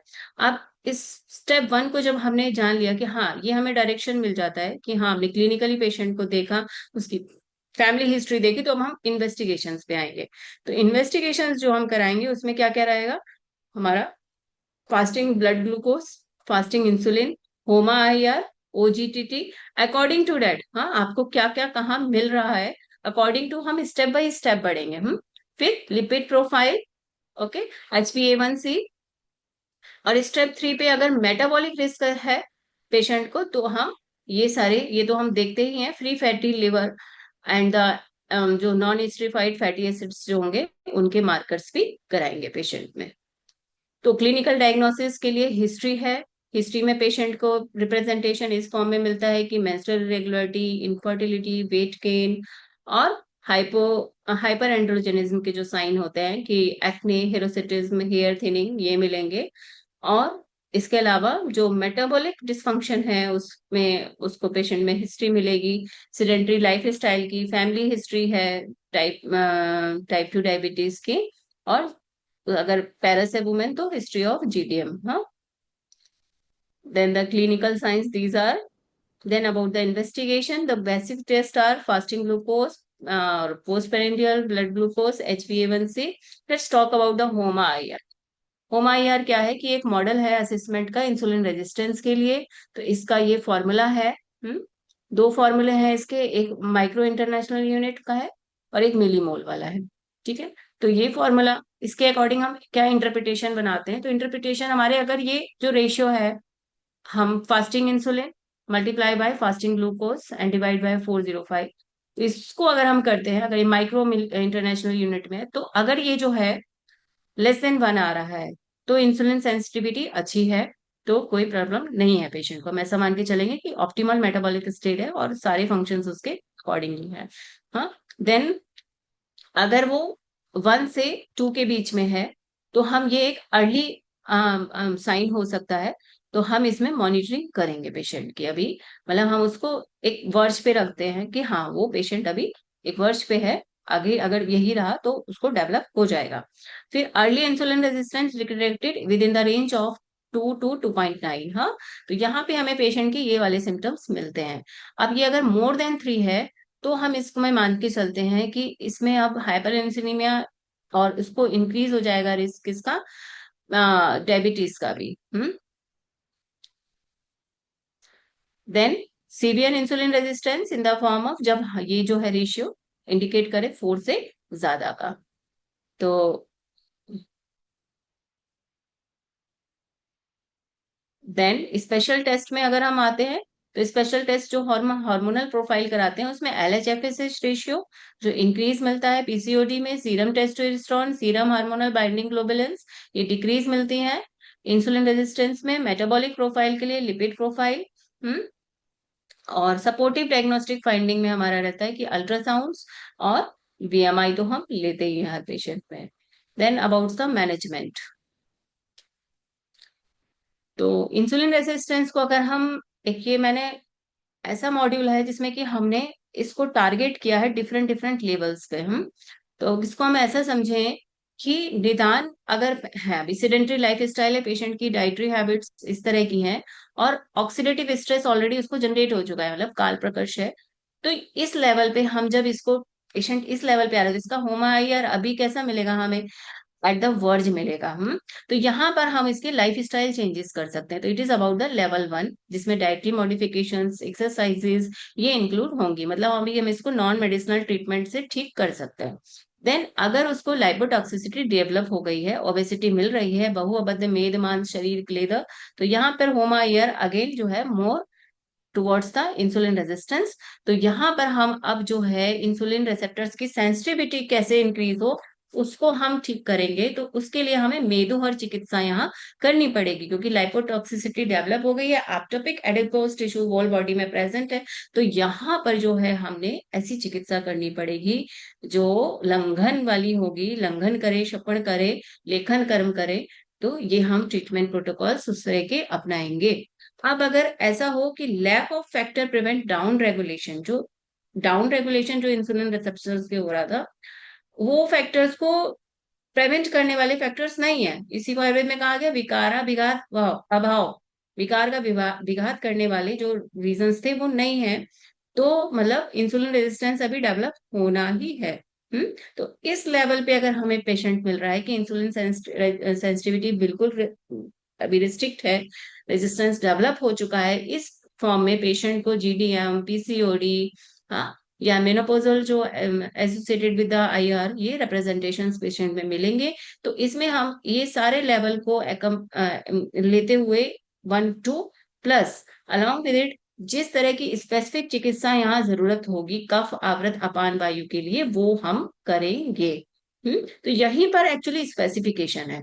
इस जगह पर जब स्त्री रोग की हम बात करें तो लेवल 3 पे ही स्पेसिफिकेशन है, उसको हम और थोड़ा समझते हैं इसको कि कफ मेद की वृद्धि हुई, लाइपोटॉक्सिसिटी है, डाउन रेगुलेशन है। अब लेवल जो 1 है, अगर यहाँ तक ही है, निदान ही है, तो हम सिर्फ लाइफ स्टाइल मॉडिफिकेशन करके उसको ठीक कर सकते हैं, तो रिवर्स हो जाएगी पैथोलॉजी। अभी अगर मेद वृद्धि हो रही है, इनिशियल फेज में है, ग्लूकोलाइपोटॉक्सिसिटी लेकिन डेवलप हो गई, इसके आगे नहीं करा इसको ठीक, तो अब हम लेवल 1 के साथ लेवल 2 को भी जोड़ेंगे। और यहाँ पर मेदोहर चिकित्सा में लेखन कर्म, जो मेदोहर चिकित्सा और कफ रिडक्शन के लिए जो ट्रीटमेंट प्रोटोकॉल्स हो सकते हैं, वो हम करेंगे। देन अभी भी अगर हमने इसको करेक्ट नहीं कर पाया और इंसुलिन रेजिस्टेंस और बीटा सेल डिस्फंक्शन डेवलप हो चुका है, तो अब हम यहाँ पे लेवल 3, जो हम 1 2 के साथ में लेवल 3 रिप्रोडक्टिव मेटाबॉलिज्म को रिस्टोर करने के लिए हम उसको टारगेट करेंगे और रिवर्स करेंगे पैथोलॉजी को। तो ये एक रिप्रेजेंटेटिव चार्ट है, मॉड्यूल है, according to the specific target sites how we can develop treatment protocols on the basis of संप्राप्ति विघटन और जो क्रियाकाल है उसके according level 1 2 and 3। Then time है आई थिंक,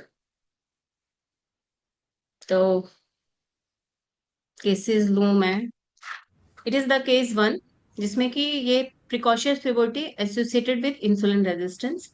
तो यहाँ पेशेंट जो है 8 इयर्स का था और उसको जो है अर्ली जो है प्यूबर्टी आ गई। तो अब भी इसमें पेशेंट में साइन क्या मिल रहे हैं कि ब्रेस्ट डेवलपमेंट हो गया जल्दी, प्यूबिक एक्सिलरी हेयर प्रेजेंट है, उसका एडवांस हो गया a height according to her age, acanthosis, increase BMI. Hmm तो सिम्टम्स हैं अर्ली मेनार्की के भी। इन्वेस्टिगेशंस में इसमें बेसल एलएच जो होगा वो इंक्रीज मिलेगा, एस्ट्राडियोल इंक्रीज मिलेगा, फास्टिंग इंसुलिन इंक्रीज, होमा IR increase, lipid profile increase. ये रिप्रेजेंटेशन है कि ओवरी जो है, जो इस एज के अकॉर्डिंग होनी चाहिए थी, छोटी होनी चाहिए थी इसका साइज, वो नहीं है अभी। मतलब ये प्रिकॉशियस प्यूबर्टी का केस है और इंसुलिन रेजिस्टेंस यहाँ डिटेक्ट हुआ। अब इसको जो है हम कैसे मैनेज करेंगे, तो ट्रीटमेंट गोल्स हमारे जो रहेंगे यहाँ पर एक्चुअली देखो, अब की हम मेटाबॉलिक करेक्शन भी करेंगे, साथ साथ आर्तव का प्रोटेक्शन करेंगे। क्यों? क्योंकि ये धातु परिपूर्णता की फेज है, ट्रांजिशन फेज है अभी, तो उसकी धातुएं अर्ली जो है वो अभी परिपूर्ण नहीं हुई, पर आर्तव की उत्पत्ति हो गई। तो यहाँ डेफिशिएंट चांसेस, कॉम्प्लिकेशंस फ्यूचर में क्या बन जाएंगे कि उसको जो है डिफरेंट डिफरेंट लेवल पे धातु असाम्यता डेवलप होगी। तो और रिस्क बढ़ जाएगा आगे चल के उसका पीसीओडी के लिए और जीडीएम के लिए और वेरियस रिप्रोडक्टिव पैथोलॉजीज के लिए। तो यहाँ हम जो ट्रीटमेंट प्लान करेंगे वो level 1 plus level 2 along with it रसायन चिकित्सा टू प्रिवेंट द वात एग्रीवेशन, क्योंकि हमें धातु पोषण पे ध्यान देना होगा। तो इस समय हम जो रसायन देंगे उसको, तो अस्थि रसायन, रक्त रसायन, आयरन, कैल्शियम और बस्ती प्रोसीजर्स, ताकि उसका जो धातु पोषण है इसकी वजह से वो हैम्पर ना हो। अभी प्यूबर्टी अर्ली हो गई प्रिकॉशियस, तो उसमें हम कुछ नहीं कर सकते, पर हम यहाँ गोल क्या रखेंगे अपना, कि इसको प्रोटेक्ट करेंगे उसको, है कि मेटाबॉलिक करेक्शन रहे। तो इसको हम समझ सकते हैं कि कफ मेद की वृद्धि हुई, जिसकी वजह से ऑब्स्ट्रक्ट हुए उत्तरोत्तर उत्तरोत्तर धातु निर्माण। ठीक है, तो उपधातु का फॉर्मेशन बढ़ा, जिसकी वजह से आर्तव जल्दी प्रवृत्त हुआ। Then the case 2, PCOD with IR. तो इसमें पेशेंट की एज 30 इयर्स, इरेगुलर मेंस्ट्रुएशन की हिस्ट्री और सब फर्टिलिटी कंसर्न्स, हाँ, और उसकी जो हिस्ट्री सजेस्ट कर रही थी वो मेटाबॉलिक इम्बैलेंस, ये उसको सीवियर कैटेगरी का हेरिडिटिज्म प्रेजेंट है। अब जो है बीएमआई इंक्रीज है। इन्वेस्टिगेशंस जब कराते हैं तो अगेन वही LH FSH ratio, AMH compromised and free testosterone present, insulin resistance, fasting glucose increase, fasting insulin and HOMA IR also increases. तो लिपिड प्रोफाइल में वो भी डिस्टर्ब है। ठीक है, HbA1c इंक्रीज। अब इमेजिनिंग में string of pulse, ovarian stroma increase. और यहाँ पे हम रूल आउट करेंगे, कुछ इन्वेस्टिगेशन कराएंगे कि वो जो थायराइड प्रोफाइल है और जो प्रोलेक्टिन की वजह से जो एमेनोरिया होता है वो हम उसको एक्सक्लूड करेंगे। दीज आर द रिपोर्ट्स, हाँ, पेशेंट की कि कैसे चेंजेस आते हैं विद इन द मंथ्स। तो यहाँ पे भी हमारा जो मैनेजमेंट गोल रहता है वो क्या है कि इंसुलिन की सेंसिटिविटी इंक्रीज करेंगे, मेंस्ट्रुअल साइकिल को रेगुलेट करेंगे, और इनफर्टिलिटी को बचाएंगे, टाइप 2 डायबिटीज ना हो पेशेंट को, तो उस फेज में जाने से बचाएंगे। तो आयुर्वेदिक गोल्स हमारे जो यहाँ रहेंगे, वो फर्स्ट रहेगा कफ मेद reduction, level 1 and level 2 include, and then the specificity of the level 3 includes the Vatanuloman Chikitsa of the Apanvat by the Vasti और विरेचन कर्म, and along with it the आर्तव जनन कर्म, जो भी आर्तव जनन के लिए जो भी थेरापेटिक्स हो सकते हैं in the form of the oral medication और in the form of the therapeutics से उत्तर बस्ती है, और जो शमन चिकित्साएं उनको हम यहाँ इंक्लूड करेंगे। Then RPL case due to the associated with the insulin resistance, तो यहाँ पर हमें क्या हिस्ट्री मिलेगी पेशेंट को कि 3 कंसेक्यूटिव फर्स्ट ट्राइमेस्टर मिसकैरेज, और अलोंग विद इट उसकी प्रीवियस हिस्ट्री रह सकती है पीसीओडी की, और जो क्लिनिकल साइन सिम्टम्स है वो इंसुलिन रेजिस्टेंस या पीसीओडी जैसे मिल सकते हैं, ठीक है। और इस पेशेंट की हिस्ट्री थी कि जो है 3 अबॉर्शंस की हिस्ट्री थी। क्लिनिकल कंसर्न्स के हमने जब देखी तो ये पाया गया कि हाइपर इंसुलिनीमिया है, और प्रिडिक्शन हुआ कि इन्फ्लेमेटरी एंडोमेट्रियम है, क्योंकि एंडोमेट्रियल हाइपरप्लेसिया था यहाँ पर, और ट्राइलेमिनर एंडोमेट्रियम नहीं प्रेजेंट थी, तो इट रिप्रेजेंट पुअर डेसिडलाइजेशन और यूसाइट मैचुरेशन डिफेक्ट्स। तो इन्वेस्टिगेशंस में again the same clinical picture, और रिप्रोडक्टिव हॉर्मोन्स जो थे वो नॉर्मल प्रोफाइल में, और metabolically patient was compromised. These are the findings कि यहाँ पर जो एंडोमेट्रियम है वो ट्राइलेमिनर नहीं है, पैटर्न नहीं है उसका, ये शो कर रही है ट्राइलेमिनर, जबकि यहाँ पर हाइपरप्लेजिया है। ये रिप्रेजेंट करता है प्रोलॉन्ग्ड ईस्ट्रोजन एक्सपोजर को, जिसमें कि कॉम्पैक्टनेस नहीं है बिकॉज ओवेल्यूशन नहीं हुआ पेशेंट का, तो प्रोजेस्ट्रॉन नहीं रहा, तो जो ट्राइलेमिनर अपीयरेंस आता है एंडोमेट्रियम का वो नहीं रिप्रेजेंट हो रहा है यहाँ पे, जिसकी वजह से डेसिडुलाइजेशन नहीं होगा प्रॉपर, और अर्ली स्टेज अबॉर्शंस होते हैं ऐसे पेशेंट्स में। तो इसका भी हम जो मैनेजमेंट करेंगे, तो यहाँ पर हम जो गोल्स रखेंगे अपने, वो बीज शुद्धि, क्षेत्र शुद्धि और गर्भ स्थापन कर्म रखेंगे।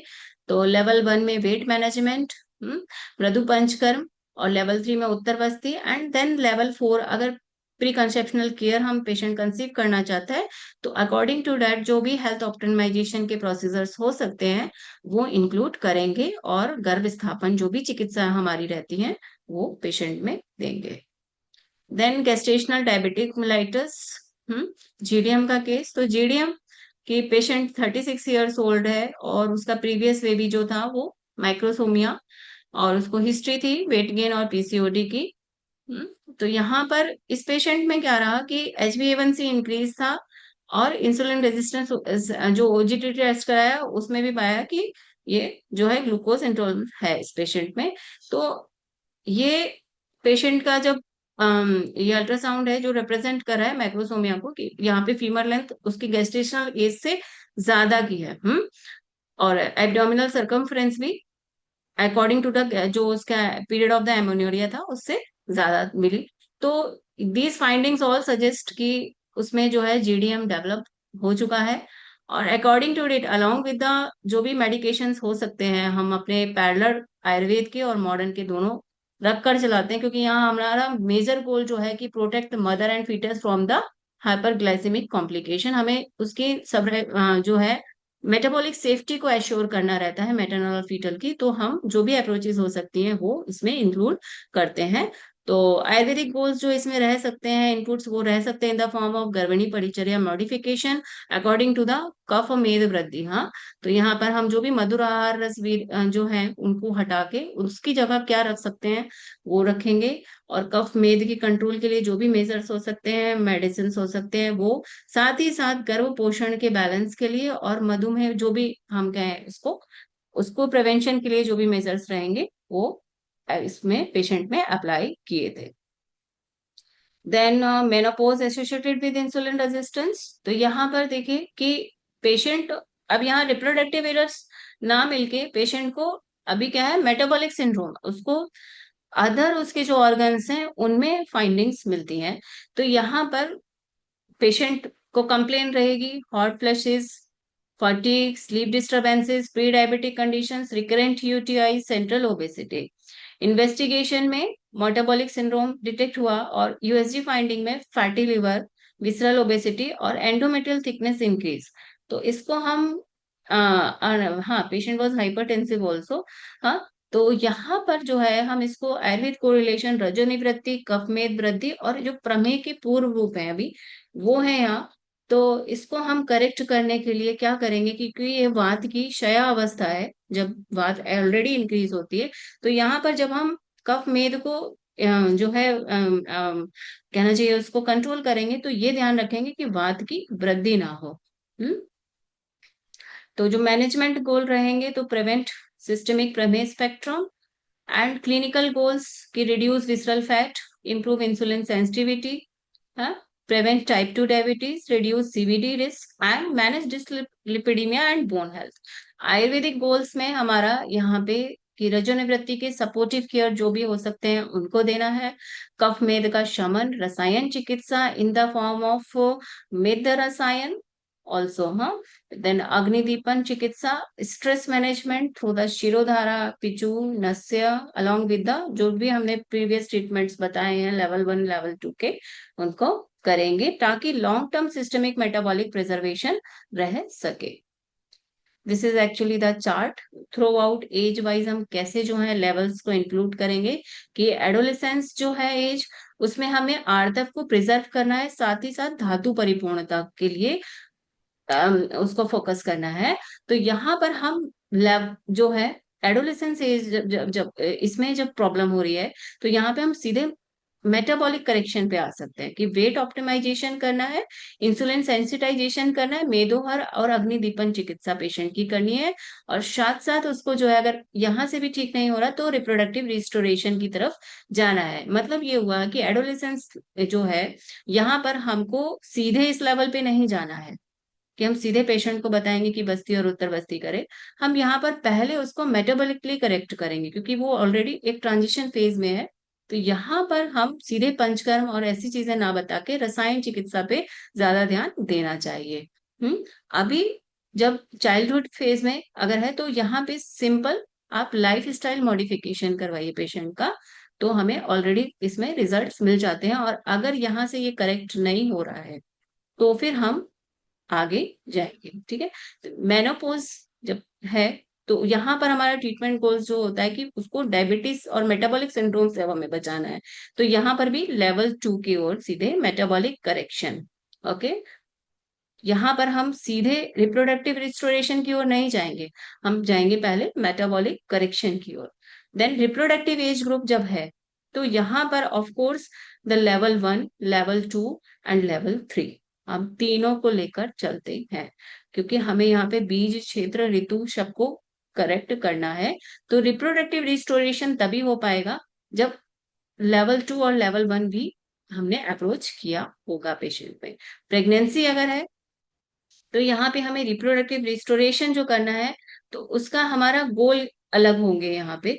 ठीक है, तो यहाँ पर हम मेदोहर चिकित्सा नहीं कर सकते ड्यूरिंग द प्रेगनेंसी, तो यहाँ पर हम reproductive restoration in the form of the जो पुंसवन कर्म है हमारा, उसके लिए ओरल ड्रग्स या जैसे भी हम कर सकते हैं, जो गर्भ स्थापन जो चिकित्सा है उन पर हम फोकस करेंगे। तो प्रैक्टिकल क्लिनिकल फॉर्मूला ये हो सकता है, सबसे पहला the prevention, then the correction, and then the restoration of the female reproductive health। First हम प्रिवेंट करेंगे इंसुलिन रेजिस्टेंस को, अगर हो गया है तो करेक्ट करेंगे, और अगर फिर भी नहीं ठीक होता है तो जो भी उससे कॉम्प्लिकेशंस हो सकते हैं उसको उसको बचाने उसके लिए हम रिस्टोरेशन जो हो सकता है हमारे पास जो भी मेथड्स हो सकते हैं उनको इम्प्लीमेंट करेंगे। So that's all about the today's session. It is said that insulin resistance is not a merely metabolic disorder, it is a silent force that can reshape every milestone of women's life from puberty to menopause. Early recognition, timely correction, and integrative care can preserve both metabolism and womanhood. Thank you very much for the patience hearing from all Uh, of you. Thank you so much, ma'am, for this amazing session. It was truly insightful and enriching. You have explained a lot of concept in a very short period of time, especially how insulin resistance works, what is its effect on the metabolism, and how we can correlate with Ayurvedic siddhantas. Okay, so it helps us in clinic also and explaining to the patient also, because now there are a lot of modern terminologies and Ayurvedic Siddhant. So thank you for Actually, this amazing session. Now we will quickly move on to the question answer session. So I invite everybody to share their questions in the chat box, and then we will take it up one by one.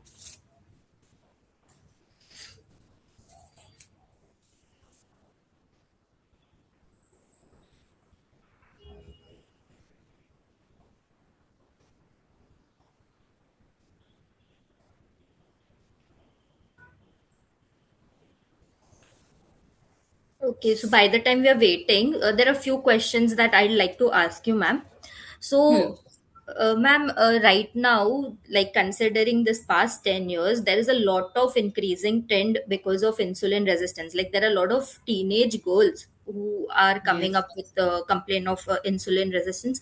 So, what is the reason? Matlab, what has changed in this 10 years? Because Hetu plays a very important role in Ayurveda. So, what is the trend so that we can? Actually, the main reason is actually, as Ayurveda described, the Nidan, sedentary lifestyle, okay, and the level of exposure, emotional exposure to the females, हाँ, in the teenage patients, हाँ. क्योंकि अभी पहले क्या था कि जो exposure था फीमेल्स को वो ये हम लोग एक अलग तरह के माहौल में रहते थे, but nowadays they knows beyond their age. So Hmm. Behavioural changes है जिसका कि एक्चुअली इफेक्ट साइको, क्योंकि ये अभी मैंने इंसुलिन रेजिस्टेंस का एक मेटाबॉलिक सिंड्रोम से ब्रिज करना था, बट एक्चुअली ये जो है इसका साइकोसोमेटिक कंट्रोल है. तो एक फैक्टर तो निदान होता है कि उनका लाइफ स्टाइल ऐसा है. Of course the preserve food जो है और प्रोसेस्ड फूड आइटम्स वो डेली इंटेक्स में बहुत इंक्रीज हुआ है. और अगर लोक और पुरुष को सातवें भाव से देखें तो जैसे लोक में प्रदूषण बढ़ा है वैसे ही शरीर में भी प्रदूषण बढ़ा है. और इन द फॉर्म ऑफ कि वो सेडेंट्री लाइफ स्टाइल. और पहले क्या होता था, फैमिलीज का जो स्ट्रक्चर था वो फैमिलीज कंबाइंड थी, हमारे पास लाइफ सिंपल थी, डेली एक्टिविटीज बहुत ज्यादा होती थी, लंबा चलना पड़ता था. अभी क्या है कि वी हैव वेरी जो है, मतलब हमारे पास इतना ज्यादा इक्विपमेंट्स हैं कि हम तुरंत उस काम को इजिली कर सकते हैं. तो आई थिंक जो फिजिकल एक्टिविटीज जो है वो कम हुई डेली लाइफ में. अलोंग विद इट जो बच्चों का स्कूल का टाइमिंग है, एक्सपोजर है उनका कि वो वहां बैठे रहना है, उनको उसी तरह का खाना खाना है, पैक्ड फूड के लिए उनको बहुत इजी एसेसिबल है अभी. हाँ, तो ये जो जो चेंजेस हैं यही कारण बनते हैं. और जेनेटिक प्रीडिस्पोजिशन अगर है तो उनको वो उस ट्रांजिशन फेज में इंसुलिन रेजिस्टेंस होने के चांसेस बहुत ज्यादा बढ़ जाते हैं, क्योंकि ओबेसिटी बहुत कॉमन है अभी. तो obesity equals to increase in the risk of insulin resistance in the later life. So maybe due to this reason, क्योंकि जो पूरा लाइफ स्टाइल चेंज है इन दैट प्रेजेंट सिनेरियो वो ही रिस्पॉन्सिबल है. तो यहाँ पर एक्चुअली मेडिसिन सिर्फ वर्क नहीं करती हैं, प्रॉपर काउंसलिंग करना पड़ता है बच्चे से ज्यादा उनके पेरेंट्स का, कि उनको किस तरह से बच्चों को रखना है. और पहले बच्चे बहुत सारे होते थे, तीन चार, अभी एक होता है, तो उसको ऊपर सोफिस्टिकेटेड माहौल में रखा जाता है. तो this is also one of the major cause I think. Thank you, ma'am. There is a question from the audience. In PCOS with infertility with obesity condition, metformin is usually used, but it is safe to give long term. Is it safe to give long term? I think कोई भी medicine long term देना, हम्म, कोई भी medicine हो वो safe नहीं होती. और एक्चुअली फॉर द पीसीओडी, क्योंकि इसका इम्पैक्ट फर्टिलिटी पे आता है, तो जो मेटफॉर्मिन है वो कहीं ना कहीं जो एंडोमेट्रियल रिसेप्टिविटी है उसको डिक्रीज करता है. ठीक है. और मेटाबॉलिक अदर इफेक्ट्स तो उसके हैं ही सिस्टमिक. इसके साथ साथ जो रिप्रोडक्टिव हेल्थ के लिए सबसे मेजर इशू उसका क्रिएट होता है वो एंडोमेट्रियल रिसेप्टिविटी के लिए डाउन रेगुलेशन होता है इसकी वजह से, जिसकी वजह से क्या होगा कि जो डिसिडलाइजेशन है फर्दर जो यूट्राइन रिसेप्टिविटी है फर्टिलाइज्ड ओवम के लिए वो डिक्रीज होती है. वहां ओवेल्यूशन तो हो रहा है पर रिसेप्टिविटी डिक्रीज हो रही है, तो ऑल्दो वो जो है इनफर्टिलिटी जो है कहीं ना कहीं उससे रेज होती है। तो लॉन्ग टर्म इफेक्ट हाँ हम देते हैं पेशेंट्स में, जहाँ ओबेसिटी है वहाँ adipose tissue lipotoxicity associated with the PCOD and the issue of the infertility, वहाँ वर्क करता है ये। बट लॉन्ग टर्म ना देके इसको हम एसोसिएट कर दें, अगर हमारे जो आयुर्वेदिक मेजर्स हैं, जो life style modification, the diet modification और जो हमारी ड्रग्स हैं, तो उसको लॉन्ग टर्म ना देके हम उसको शॉर्ट टर्म देके और कंटिन्यू टुवर्ड्स द जो आयुर्वेदा ट्रीटमेंट अप्रोचेस है वो जाए तो ज्यादा बेटर होता है पेशेंट के लिए। Thank you ma'am. I hope जो पार्टिसिपेंट है उनका डाउट क्लियर हुआ। मैम मेरी तरफ से एक और क्वेश्चन था। जैसे आपने जेस्टेशनल इंसुलिन रेजिस्टेंस बोला प्रेगनेंसी में, तो इट इज़ फिजियोलॉजिकल, करेक्ट? तो मैम यस। कभी कभी जो होता है हाई रिस्क पेशेंट होता है इन विच वी कैन प्रिडिक्ट कि दिस पेशेंट आगे चल के might develop diabetes GDM in pregnancy. Hmm. Hmm. So what is the Ayurvedic drug? मतलब what times in modern they start with metformin initially only कि मतलब without any invest मतलब without no मतलब without proving कि भाई इसको होने वाला है, just because she comes under the हाँ category of high age risk. So hmm. what can we do in Ayurveda, a precautionary drug or something that we can start, because लेखन वगैरह pregnancy में we can't do. नहीं दे सकते। Actually मैंने एक slide उसकी रखी भी थी, इसको मैं लेना चाहूंगी थोड़ा सा। हम देखेंगे क्योंकि प्रेगनेंसी में क्या है कि आयुर्वेद में जो चिकित्सा बताई वो निदान परिवर्जन बताई, और निदान उसके ऐसे हैं कि मधुर और इस तरह का आहार, और गर्भिणी परिचर्या में वही बताया गया है देने के लिए। और यहाँ पर तो गर्भिणी को जो तीक्ष्ण औषध है वो दे नहीं सकते, मतलब जो व्याधि है और जो कंडीशन है पेशेंट की बिल्कुल उस वो विपरीत है एक दूसरे के। तो यहाँ पे बहुत स्मार्टली हमें सोचना रहता है, और ये हो जाता है कि हमने क्या करना है, इसमें यव प्रधान आहार लेना है आपको, जौ। ठीक है। तो ये क्या है, जो फाइबर्स इनटेक है अगर पेशेंट का हम वो बढ़ा देते हैं, डाइटरी मॉडिफिकेशन में ये कर सकते हैं। और हमारे यहाँ बताया गया जौ को बहुत अच्छा बोला देने के लिए। इसके अलावा जो निशा आमलकी है, हम्म, निशा आमलकी देना वो रसायन की तरह भी काम करेगा और रक्त प्रसादन की तरह भी काम करेगा, हरिद्रा। तो ये उसमें पेशेंट में देना शुरू कर सकते हैं। साथ ही साथ जैसे त्रिफला हुआ, जो पेशेंट ले सकता है इजिली, तो इस तरह की ड्रग को हम इनकॉर्पोरेट करें उसके मैनेजमेंट मैनेजमेंट नहीं, हम कह सकते हैं प्रिवेंटिव मेजर्स की तरह, कि त्रिफला, निशा आमलकी, त्रिफला बुलबुल, एवन इन ज्यादा चंद्रप्रभा, जो उसको पेशेंट को ऐसी ड्रग्स रहे जो उसको मेद को उसको बैलेंस तो करें पर फीटस के लिए प्रॉब्लमेटिक ना हो। डेवलपमेंट एनाबॉलिक जो स्टेज है उसको जो है वो ऐसा ना करें कि उसको कैटाबॉलिक में चेंज कर दे। तो इसके लिए हम, अगेन ये स्लाइड ओपन नहीं हो रहा है, तो जीडीएम को प्रिवेंट करने से वो मेटफॉर्मिन चला देते हैं। तो उसी तरह से आई थिंक मेरी तो ड्रग ऑफ चॉइस इसमें निशा आमलकी है, और जो लिवर प्रिपरेशन हमारी रहती हैं, सुदर्शन कन्वर्टी है, फल त्रिकादि क्वाथ है, ये हम दे सकते हैं पेशेंट में। क्योंकि जब लिवर अच्छा होता है तो जो एडिपोसिटी लाइपोटॉक्सिसिटी है वो हो नहीं पाती है पेशेंट को। इस तरह की ड्रग्स देके उसको कंपनसेट किया जा सकता है, I think. Yes, ma'am. Thank you ma'am. एक और क्वेश्चन है कि जैसे आपने बताया बिगनिंग में कि ऋतुचर्या में जैसे अपन को रेगुलर मेंसेस वगैरह होते हैं, तो ऐसे बताया गया है कि प्रमेह होने के चांसेस कम होते हैं रिप्रोडक्टिव एज में, हम्म। बिकॉज दोषों का वहन हो जाता है, ठीक है। हम्म। बट जब पेरीमेनोपॉज पीरियड होता है, तब तो जो दोष मतलब तब तो वो फिजियोलॉजिकल ही है कि पीरियड्स वगैरह रेगुलर ना हो। तब हमारा ट्रीटमेंट क्या चेंज होगा कि जो हम रिप्रोडक्टिव एज में ही जो ट्रीटमेंट दे रहे हैं वही इसमें कंटिन्यू करेंगे?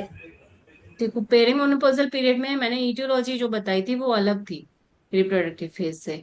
वहां पर क्या हो रहा था कि वहां पे जो एडिपोज टिश्यू थे, ठीक है, उसकी वजह से जो था वो अलग से ईस्ट्रोजन जो है वो प्रेजेंट सीक्रेट हो रहा था, और जो एक्टोपिक स्टोराइडोजेनेसिस हो रही थी वो कॉज हो रही थी जो है एलएच सर्ज ना होने की, जिसकी वजह से एनोवुलेशन या ओलिगोवुलेशन हो रहा था। पर यहाँ पर एक्चुअली क्या है कि ईस्ट्रोजन डेफिशिएंसी स्टेज है ये, ठीक है। अभी भले ही वो मेनोपोज में नहीं गई है, पर वो वही बात है, वो ट्रांजिशनल फेज है जहां पे कि सारे हॉर्मोन्स अभी फ्लक्चुएट है।